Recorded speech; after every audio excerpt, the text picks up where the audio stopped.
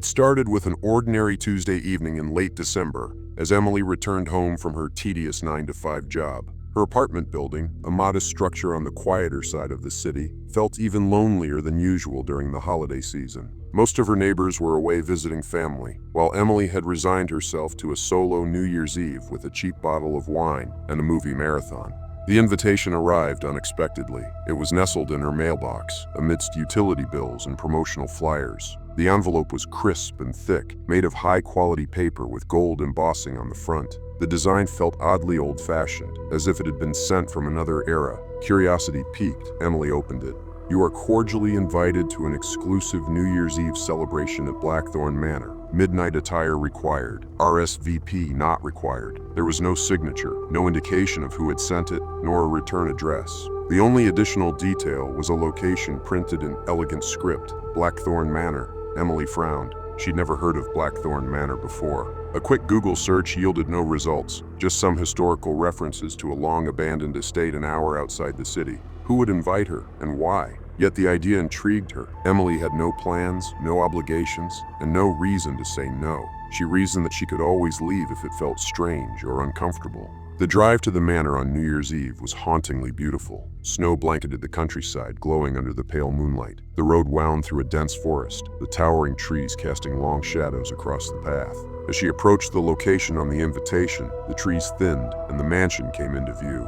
Blackthorn Manor was breathtaking. The Gothic structure loomed in the darkness, its pointed spires and arched windows illuminated by the warm golden glow from within. Cars, luxury models far out of Emily's budget, were lined up in the circular driveway. She parked her modest sedan at the back of the row, suddenly feeling out of place. Inside, the grandeur of the manor took her breath away. A grand staircase curved upward into the second floor, and opulent chandeliers cast shimmering light across marble floors. Guests in glittering gowns and tailored suits mingled, champagne flutes in hand, their laughter filling the air. A tall man with piercing blue eyes greeted her at the entrance. "Welcome," he said, extending a hand. "I'm Victor, your host. It's a pleasure to have you." "Thank you," Emily replied, her voice faltering slightly. There was something unnervingly perfect about Victor, his flawless features, his ageless appearance, his commanding presence. He guided her into the ballroom, where the festivities were in full swing. The room was lavishly decorated, with gold and silver streamers cascading from the ceiling,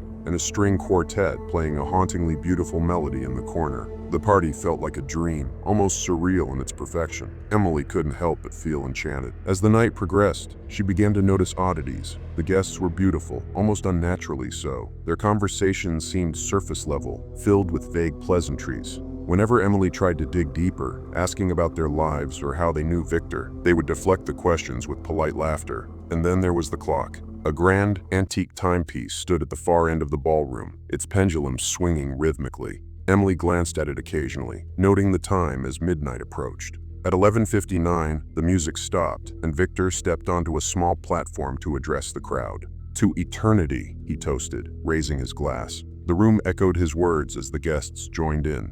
As the clock struck midnight, something strange happened. There was no countdown, no celebratory cheer. Instead, a deafening silence fell over the room.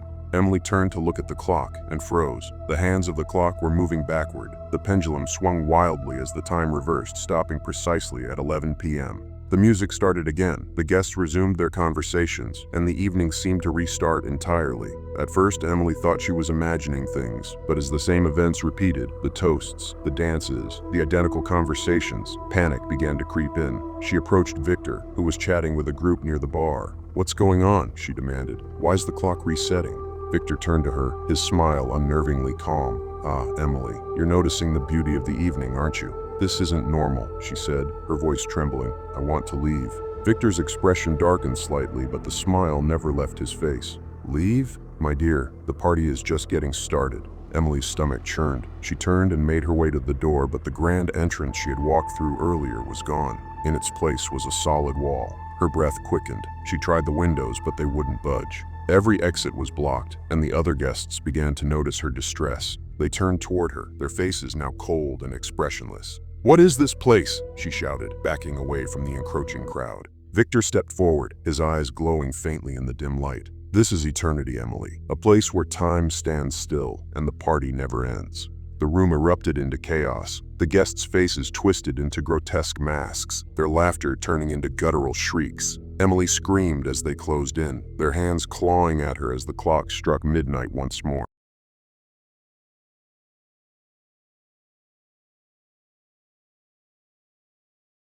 The cabin was Sam's idea, a last-minute plan to escape the monotony of city life and celebrate New Year's Eve with old friends. He had rented it for a weekend in the woods, promising the group a cozy, unforgettable retreat. "Think about it," he'd said in their group chat. "No loud bars, no overpriced drinks, just us, a roaring bonfire, and some peace and quiet." At first, they were skeptical. A remote cabin in the dead of winter didn't sound appealing to everyone, but Sam's enthusiasm was infectious, and soon the group, Rachel, Ben, Sophie, Liz, and Mark, was on board. They arrived on the morning of December 31st, after a winding drive through snow-dusted roads. The cabin was exactly as advertised, rustic but comfortable, with a large stone fireplace, a spacious living room, and a well-stocked kitchen. "This is perfect," Sophie said, dropping her duffel bag on the couch. "Better than perfect," Sam grinned. "Wait until you see the fire pit out back." The day passed in a blur of laughter and nostalgia. They spent the afternoon hiking through the surrounding forest, marveling at the stark beauty of the winter landscape. By dusk, they had gathered around the fire pit, bundled in thick jackets and blankets, with mugs of hot cider in hand. The fire crackled and popped, casting a warm glow over their faces. The scent of burning wood filled the air as they reminisced about college days, shared embarrassing stories, and teased each other mercilessly. As the night deepened, the conversation turned to ghost stories. "I've got one," Rachel said, leaning forward with a mischievous grin. "Have you heard about the Watcher of the Woods?" Ben rolled his eyes. "Here we go." "No, seriously," Rachel insisted. "They say there's a spirit that haunts this forest. If you're lost or wander too far from home, he'll find you. And when he does, he doesn't let you leave." "That's ridiculous," Mark said, though he couldn't hide the unease in his voice. "It's true," Rachel said, lowering her voice dramatically. "People have gone missing around here. They find their footprints leading into the woods, but they never find them." "All right, enough with the campfire cliches," Ben said, tossing a marshmallow at her. Rachel laughed, and the group moved on to lighter topics. They were in the middle of debating their favorite New Year's Eve traditions when they heard the crunch of footsteps on the snow. The group fell silent, their heads snapping toward the edge of the clearing. A figure was approaching, a man in a long, tattered coat and a wide-brimmed hat that obscured his face. "Hello there," the man called, his voice deep and gravelly. Sam stood, his unease hidden behind a polite smile. "Hi, can we help you?" "Sorry to bother you," the man said, stepping into the firelight. His face was weathered, his skin pale and slightly gaunt. "My car broke down a few miles back. I saw your fire and thought I'd ask for some help." "Of course," Sam said. "We can call for a tow truck." "No service out here," the man interrupted, gesturing to his pocket. "I already tried." "Same here," Sophie murmured, holding up her phone. "Well, come sit," Sam offered, gesturing to an empty chair. "We've got plenty of food and drinks." The man hesitated before nodding. "Thank you. Name's John." At first, John was polite but reserved. He accepted a mug of cider and listened as the group resumed their conversation. Slowly, he began to open up, sharing stories of his own. "I used to come out to these woods when I was younger," he said. "Spent a lot of time hiking and camping. These trees have a lot of history." "What kind of history?" Rachel asked, intrigued. John's eyes glinted in the firelight. "Strange things happen out here. People disappearing, time slipping away. It's easy to get lost if you're not careful." "Sounds like Rachel's ghost story," Ben joked. John smiled faintly. "Sometimes the truth is scarier than fiction." The group laughed uneasily, the atmosphere growing tense. Over the next hour, John's demeanor changed. He began to make unsettling comments, referencing details about their lives he couldn't possibly know. "Rachel," he said suddenly, "you play the violin, don't you?" Rachel blinked. "I used to." "How did you know that?" "Lucky guess," John said, though his tone suggested otherwise. The others exchanged nervous glances. "You're all so close," John continued, his voice almost wistful. "Friends like this are rare, but friendships don't last forever, do they?" "What's that supposed to mean?" Mark asked, his voice sharp. John shrugged. "Just an observation." The group's unease grew, but they didn't want to escalate the situation. When John finally stood and announced he was leaving, they were relieved. "Thanks for the hospitality," he said, tipping his hat. "Happy New Year." He disappeared into the darkness, his footsteps fading into silence. Relief turned to fear when they noticed the symbols. Carved into the wooden railing of the cabin's porch were strange, intricate patterns. They hadn't been there before. "What the hell is this?" Liz whispered, her voice trembling. "Maybe he did it while we weren't looking," Ben suggested, though he didn't sound convinced.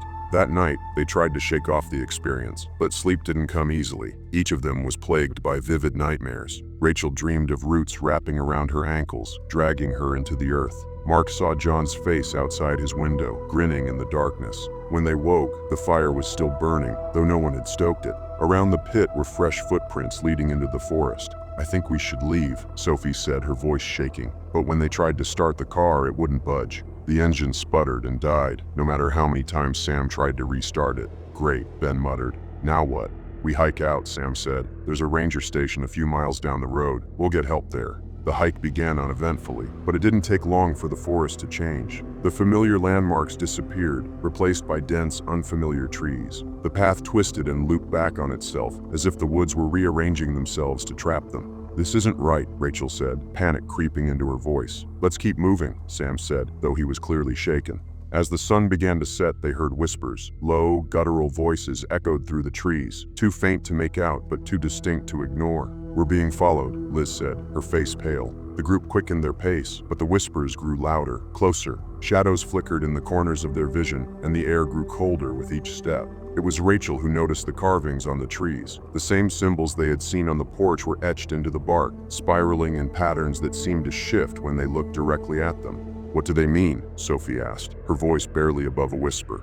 "I don't think we want to know," Mark said. By nightfall, they were hopelessly lost. The whispers had become voices, speaking their names, taunting them. "You can't leave," the voices said, overlapping in a haunting chorus. "You belong here now." And then John appeared. He stood in the middle of their path, his wide-brimmed hat casting a shadow over his face. "Going somewhere?" he asked, his voice dripping with malice. The group froze. "What do you want?" Sam demanded, his voice trembling. John smiled, revealing unnaturally sharp teeth. "I told you, this forest has a lot of history, and now you're part of it." The woods erupted into chaos. Shadows came alive, twisting into monstrous forms. The group scattered, their screams echoing through the trees. One by one, they vanished.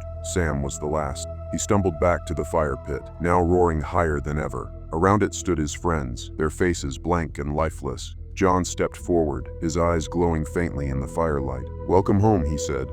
He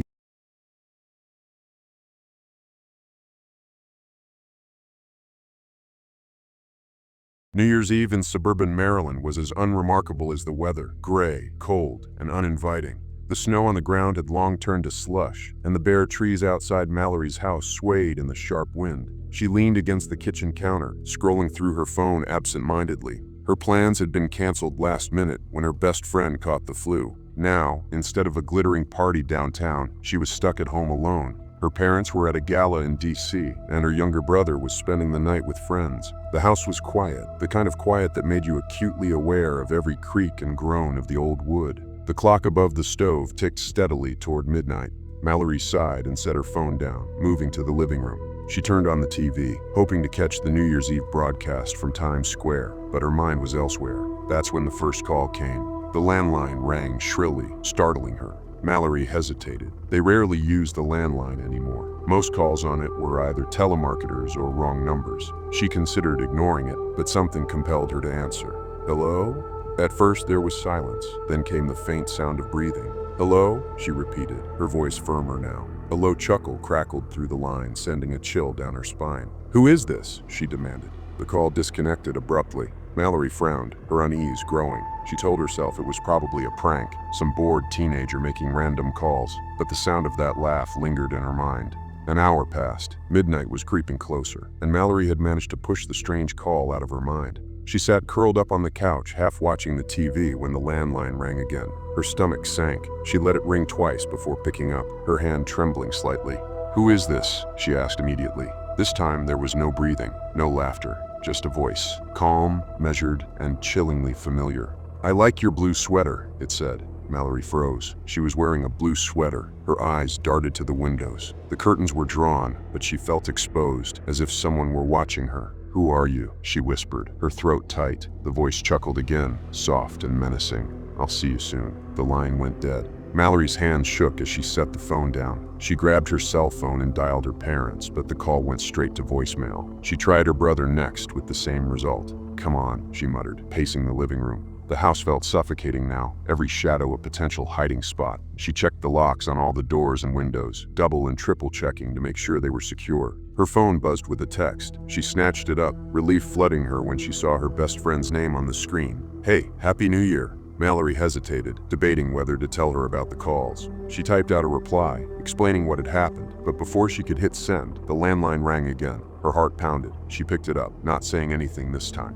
"Why don't you check the back door?" the voice said. Mallory's blood turned to ice. She dropped the phone and ran to the kitchen, grabbing the largest knife she could find. The back door was locked, just as she'd left it, but the sight of fresh footprints in the snow outside made her stomach churn. Whoever it was had been here. Mallory backed away from the door, gripping the knife tightly. Her breathing was shallow, her ears straining for any sound. The TV in the living room was still on, the noise suddenly grating in the oppressive silence. She turned it off, plunging the house into eerie quiet. The clock struck 11:45, 15 minutes until midnight. Mallory's phone buzzed again. She looked down, expecting another text, but what she saw made her breath catch in her throat. It was a photo of her, taken through the living room window just moments ago. Her hands trembled as she typed a message to 911, explaining the situation. She hit send and prayed they would respond quickly. The minutes crawled by. Mallory locked herself in the bathroom, clutching the knife tightly as she waited. She kept her phone on silent, her eyes fixed on the screen. A reply from 911 finally came. "Officers en route. Stay where you are." Relief washed over her, but it was short-lived. A soft knock came at the bathroom door. Mallory froze. "Mallory," the voice said, muffled but unmistakable. "Why are you hiding?" Her grip on the knife tightened. She didn't respond. "I just want to talk," the voice continued. "Don't be rude. It's New Year's Eve after all." The doorknob rattled. Mallory's heart raced. She backed into the corner of the bathroom, her pulse pounding in her ears. The knocking stopped. For several agonizing minutes, there was silence. Then came the sound of shattering glass from the living room. Mallory's breath hitched. She opened her phone again, typing a frantic message to 911. "He's inside." She heard footsteps moving through the house, slow and deliberate. "Where are you, Mallory?" the voice called, almost sing-song. She pressed herself against the wall, trying to stay silent. The footsteps grew louder, closer. They stopped right outside the bathroom door. The doorknob turned again, and this time, the door creaked open. Mallory screamed. When the police arrived at midnight, they found the house in disarray. The living room window was shattered, and the back door was wide open. Mallory was nowhere to be found. The only clue was the landline phone, its receiver hanging off the hook. The last number dialed was traced to a burner phone, untraceable and disconnected. The case remained unsolved, though neighbors occasionally reported strange occurrences, footsteps in the snow, laughter in the dark, and the faint sound of a phone ringing late at night. And on the anniversary of Mallory's disappearance, a single photo appeared in the mailbox of her parents' home. It was Mallory, standing in the living room, staring out the window. But the reflection in the glass showed someone else behind her, smiling.